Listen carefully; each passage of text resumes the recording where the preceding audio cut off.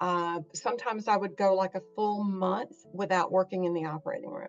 So it had been like a month, and it was Eastside Medical Center up here in Snellville. I went to work one day. I was in full smoke producing cases all day long. And when I left the operating room, walking to my car, my chest felt tight, my throat burned, I sort of felt sick at my stomach. And I remember distinctly thinking that I'm getting the flu. So I, drove home, got up the next day and felt fine. So I didn't think anything more about it.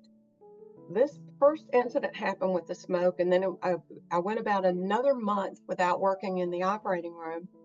And again, went back to the operating room, was in full smoke producing cases all day long, and was walking to my car at the end of the shift and felt the same thing again. My chest felt tight, my throat hurt, my nose was burning, and I thought, that's the smoke. I said, Mm. it's me being away from the operating room for a month and starting to feel better, and then go spend one day in the operating room and feel the effects of it throughout my whole body. So I did my capstone project and then really got involved in the advocacy for smoke-free operating rooms. And at that particular point in time, uh, AORN had developed an interest in it also.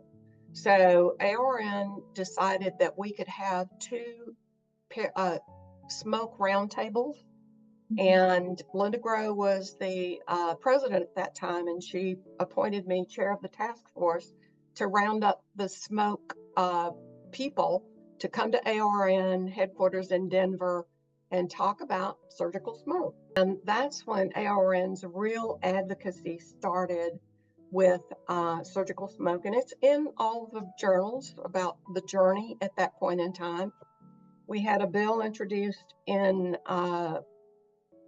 U.S. Congress, and it was by Puerto Rican nurses. Two Puerto Rican nurses went to their congressman in Washington, D.C., and said, we need OSHA to mandate that surgical smoke be evacuated.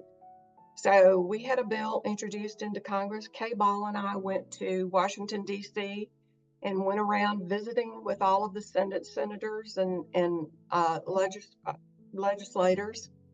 And we actually did get a bill.